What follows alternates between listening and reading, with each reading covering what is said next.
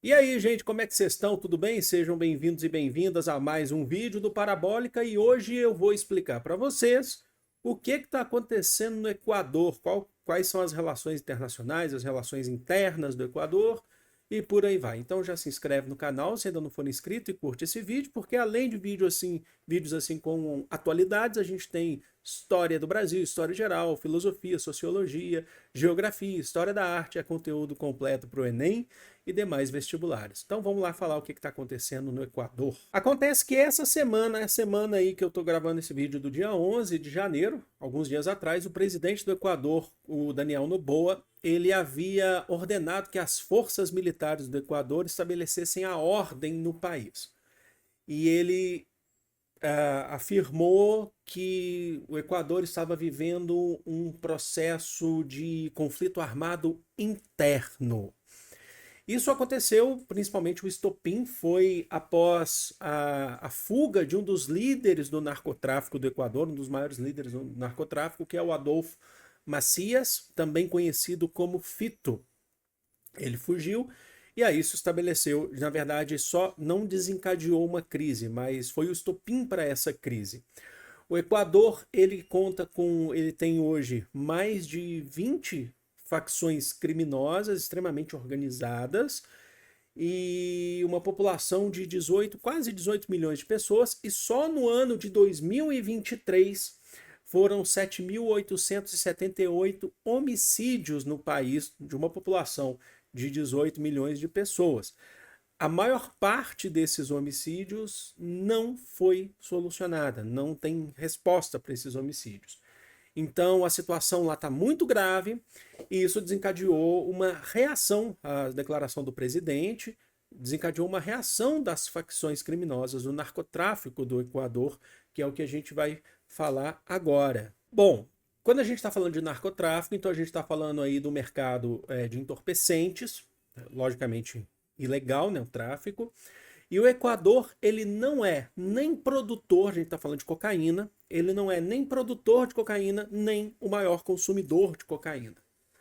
Porém, essas facções criminosas, o narcotráfico no Equador ganha muita força, muito peso, inclusive, principalmente porque o Equador é um entreposto, ele é uma região de transporte dessa cocaína que abastece boa parte do mundo. Por quê? Principalmente por conta da sua localização geográfica. Vamos lá. Proximidade com a América Central, principalmente quando se fala em Canal do Panamá. Região portuária no Oceano Pacífico. Inclusive o Equador, ele é exportador de petróleo e então você tem redes de passagem, de comércio, que são utilizadas para o petróleo, logicamente, de forma legal, mas de forma ilegal também para a passagem da cocaína.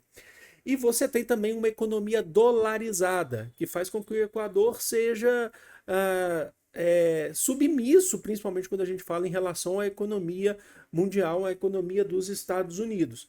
Então, não sendo um grande consumidor de cocaína, não sendo consumidor de cocaína nem produtor, é uma região de transporte. O narcotráfico do Equador, ele se encarrega disso. Inclusive, como é que funciona o comércio? O comércio ele pode ser por terra, chegando na América Central, chegando até ali o Canal do Panamá, mas ele é principalmente por mar, pelo Oceano Pacífico. É utilizado, por exemplo, por transportes pesqueiros, barcos pesqueiros, transportes não autorizados, tá, pelo governo, então por barcos pesqueiros e até subaquáticos. A gente está falando de, inclusive, submersivos que são feitos de maneira, inclusive, artesanal, de maneira improvisada, que fazem com que a droga seja transportada até chegar, principalmente, eu vou até mostrar para vocês aqui, olha só, um pouco dessas rotas aqui que acho que são importantes de mostrar, tá bom? Aqui, ó, tá aqui para vocês. As rotas, a gente tem as rotas por terra e principalmente, reparem que o fluxo ali das rotas por mar do Equador. Um dos grandes lances do Equador, que eu quero mostrar para vocês aqui, deixa eu só pegar aqui, ó, é a chegada, aqui, ó,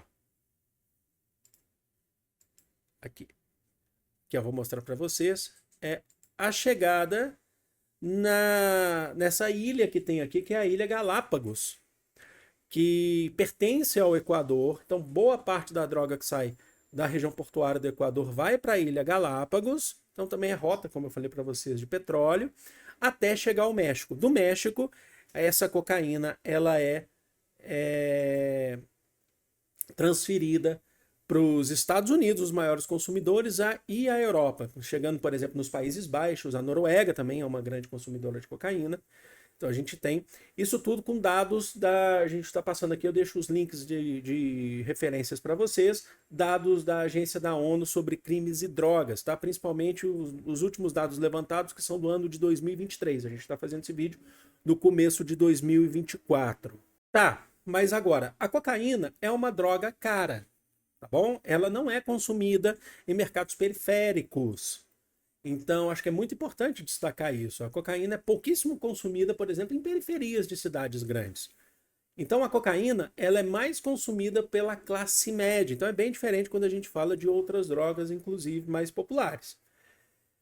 O Equador ele assume essa postura e muito por conta da sua própria economia dolarizada. Então, você tem um grande negócio para os narcotraficantes do Equador, principalmente por conta de se trabalhar com dólar, e abastece grandes mercados consumidores que são de países desenvolvidos. Então a gente está falando dos Estados Unidos e a gente está falando de boa parte da Europa, de países desenvolvidos. O que leva também a entender que dentro do próprio Equador, esse narcotráfico pode ter relações políticas. O que se investiga no país é que ele tem relações com próprios grupos políticos. E aí, independente da gente falar de esquerda ou direita, há uma questão de financiamento de partidários, de grupos políticos no próprio Equador. E nas relações internacionais, como é que tem sido feito? Vamos lá. O Peru, que faz fronteira direta com o Equador, decretou emergência nas fronteiras com o Equador, temendo com que grupos, milícias armadas do Equador utilizem o Peru como uma rota de fuga. Então há um processo de emergência nas fronteiras, as fronteiras estão vigiadas pelas Forças Armadas peruanas. A China, ela fechou temporariamente as suas embaixadas dentro do Equador. E o Brasil colocou a Polícia Federal à disposição do governo equatoriano para combater o narcotráfico, para fazer investigação e combater o narcotráfico no Equador. O Brasil ele não tem representação diplomática dentro da cidade onde estourou, que é a maior cidade do Equador desde 2011, que é Guayaquil, não é Quito, é Guayaquil, a maior cidade do Equador. O Brasil não tem representação, o Brasil tem representação em Quito. Então, o que o Brasil tem feito é colocar à disposição a Polícia Federal para poder ajudar o Equador, caso seja necessário, tá bom? Então é isso, gente. Espero que vocês tenham curtido, espero que vocês tenham gostado, espero que eu tenha esclarecido de maneira bem rápida aqui para vocês e direta o que está acontecendo no Equador, e sempre que tiver alguma nova notícia, eu volto aqui para passar para vocês. Amo vocês de coração, um grande beijo, fui!